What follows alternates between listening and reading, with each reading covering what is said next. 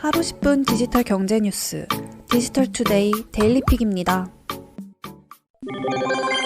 신세계그룹과 네이버 컨소시엄이 대형 오픈마켓 플랫폼 지마켓과 옥션 등을 운영하는 이베이 코리아를 인수할 가능성이 높아졌습니다. 업계에 따르면 신세계와 네이버 컨소시엄은 이베이 코리아 인수 우선 협상 대상자로 선정됐습니다. 신세계와 네이버 컨소시엄은 이베이 코리아 인수를 놓고 롯데그룹과 경쟁을 벌여왔습니다. 이번 인수 주체는 신세계그룹 내 오프라인 유통 부문인 이마트가 나섰습니다. 이베이 본사는 이베이 코리아 지분 100%를 매각하며 거래 금액은 4조 원 수준으로 알려졌습니다. 신세계가 80%, 네이버가 20%를 지불할 것으로 전해졌습니다. 최종 협상이 성사될 경우 신세계는 국내 3위 이커머스 플랫폼인 이베이 코리아 자산들을 손에 넣으면서 이커머스 시장에서 단숨에 유력 업체로 부상하게 될 것으로 전해졌습니다.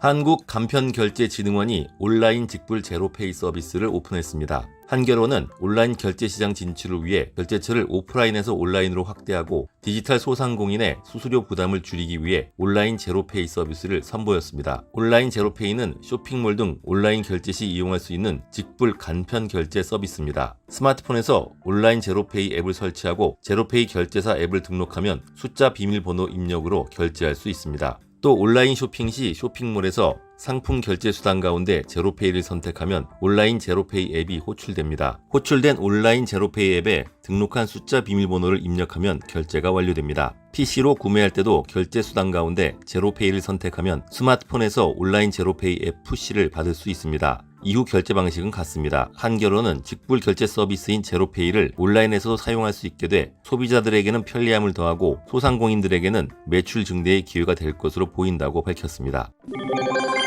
가상자산 시장 하락세가 멈추고 당분간 비트코인 4만 달러 박스권 형세가 지속할 것이라는 전망이 나왔습니다. 외신에 따르면 미국의 다국적 금융 서비스 기업인 피델리티 인베스트먼트는 비트코인 강세론을 내비쳤습니다. 비트코인이 4만 달러 저항선을 돌파한 후 가격선을 유지하고 있습니다. 일시적 하락을 제외하면 4만 달러에서 4만 7천 달러 박스권에서 당분간 맴돌 것이라는 분석입니다. 블록체인 기업 보이저 디지털이 기관을 포함한 3,671명의 가상자산 투자자를 대상으로 실시한 최근 설문조사에서도 낙관론이 고개를 들었습니다. 조사 응답자의 81%가 5월 이후 가상자산 시장 흐름을 낙관했습니다. 아울러 87%가 3분기에는 가상자산 보유량을 늘릴 계획이라고 응답했습니다. 추가 하락 가능성보다는 현재가 저점 매수의 기회라고 여기는 것으로 나타났습니다. 더불어 3분기에는 미국 증권거래위원회가 비트코인 ETF를 승인할 것이라는 기대도 컸습니다. 조사 응답자의 90%가 미국 증권시장에서 비트코인 ETF 상장을 긍정했습니다. 비트코인 외 강세를 보일 것으로 예상한 알트코인은 카르다노가 55%로 가장 많았고 도지코인 11%, 폴카닷이 6%로 뒤를 이었습니다. 보이저 디지털은 최근 가상자산 시장 붕괴에도 불구하고 시장에 대한 지지가 유지되고 있다면서 이 점이 지난 2018년 하락과 다른 분명한 차이점이라고 설명했습니다.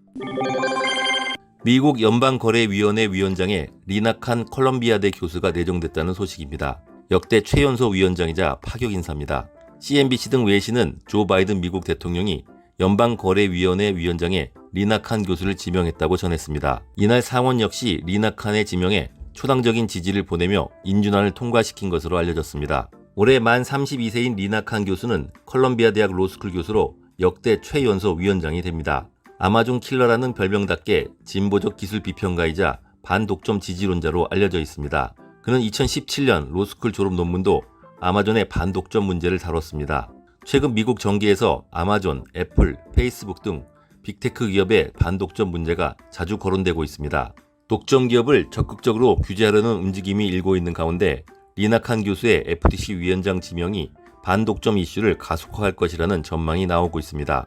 특히 미국 전자상거래 시장을 과점하고 있는 아마존의 경우 기업 분할 등 과감한 규제 조치의 직접적인 대상이 될 전망입니다.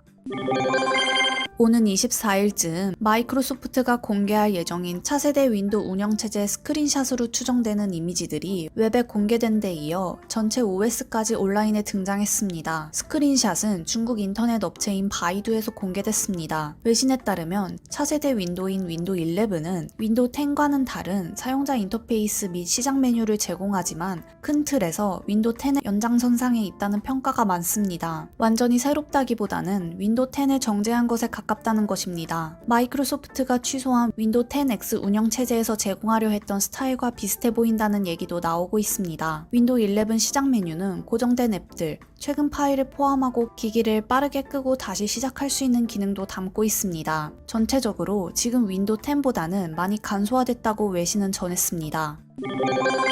기아가 글로벌 승차 공유 서비스 기업인 우버와 손잡고 유럽 내 전기차 보급 확산에 나섭니다. 기아는 니로 EV 등으로 구성된 자사 전기차 특별 구매 혜택을 유럽 내 우버 드라이버에 제공하는 전기차 파트너십을 체결했다고 밝혔습니다.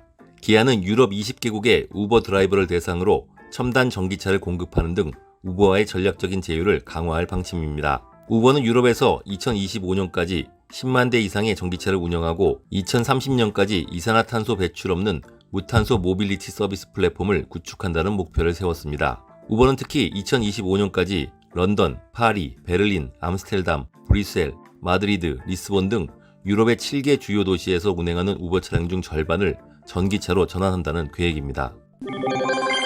무인 자율주행 차량 기업인 유로가 피자 배달에 이어 이번에는 택배 배송까지 나섰습니다. 테크크런치에 따르면 유로는 글로벌 특송기업 페덱스와 제휴, 택배 물류 업무에 무인 자율주행 차량을 투입키로 했습니다. 유로는 전직 구글 출신 엔지니어가 2016년 창업한 자율주행 스타트업으로 경차 크기의 무인 자율주행 차량 R2를 운용하고 있습니다. 지난해 코로나19 창궐 당시에는 미국 캘리포니아 지역 의료봉사 활동에 올해 4월에는 도미노 피자와 제휴, 피자 배달에도 나섰습니다. 유로는 페덱스와 제휴 협약을 통해 무인 자율주행 차량의 활용성을 테스트하고 이를 택배 배송 현장에 적용하는 방안을 단연간 공동 연구키로 했습니다. 이른바 마지막 배송 지점인 라스트 마일 서비스 향상이 목표입니다. 시범 운용은 텍사스 휴스턴 지역에서 시작할 예정입니다. 물류센터 인근 지역의 신속 배송 서비스에 유로의 자율주행 차량 R2를 배치해 서비스 효율성 향상을 꾀한다는 방안입니다.